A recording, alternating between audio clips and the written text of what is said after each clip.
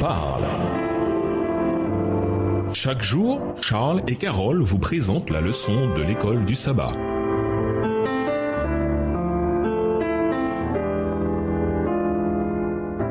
Bienvenue dans votre émission Dieu nous parle. Nous voilà au mercredi 3 février, une autre tentation. La première tentation fait écho à l'Exode, mais prend ses racines dans la chute.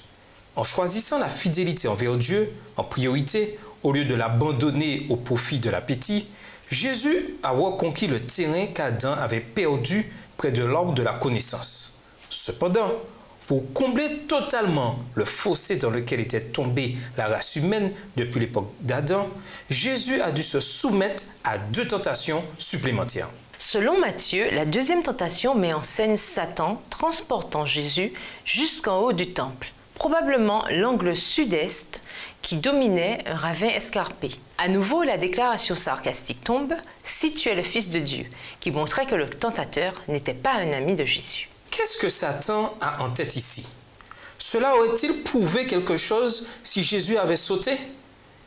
Lisons Matthieu 4, les versets 5 à 7. Matthieu 4, les versets 5 à 7. Le diable le transporta dans la ville sainte, le plaça sur le haut du temple et lui dit « Si tu es le Fils de Dieu, jette-toi en bas, car il est écrit, il donnera des ordres à ses anges à ton sujet, et ils te porteront sur les mains de peur que ton pied ne heurte contre une pierre. » Jésus lui dit, il est aussi écrit, tu ne tenteras point le Seigneur ton Dieu.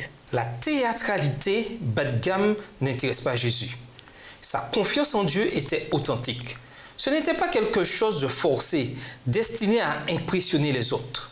La confiance absolue qu'avait Jésus en son Père s'est manifestée dans son départ du ciel, dans le fait qu'il est devenu un être humain qui a supporté l'indignité, la déformation de qui il était, l'humiliation publique et l'injustice de sa mort.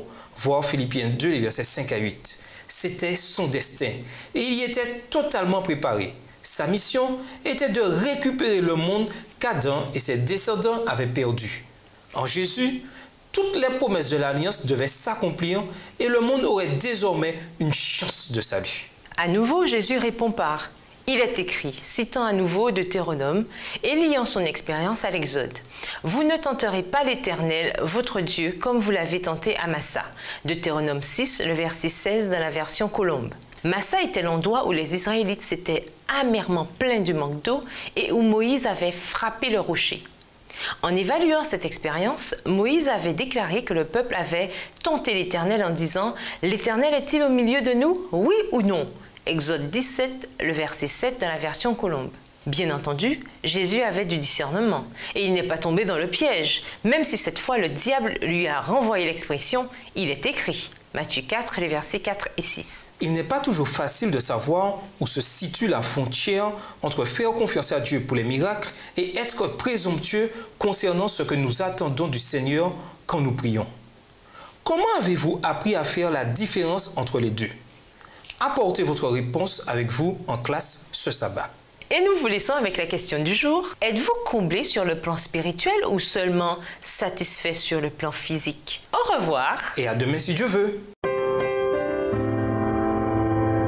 Dieu nous parle. Chaque jour, Charles et Carole vous présentent la leçon de l'école du sabbat.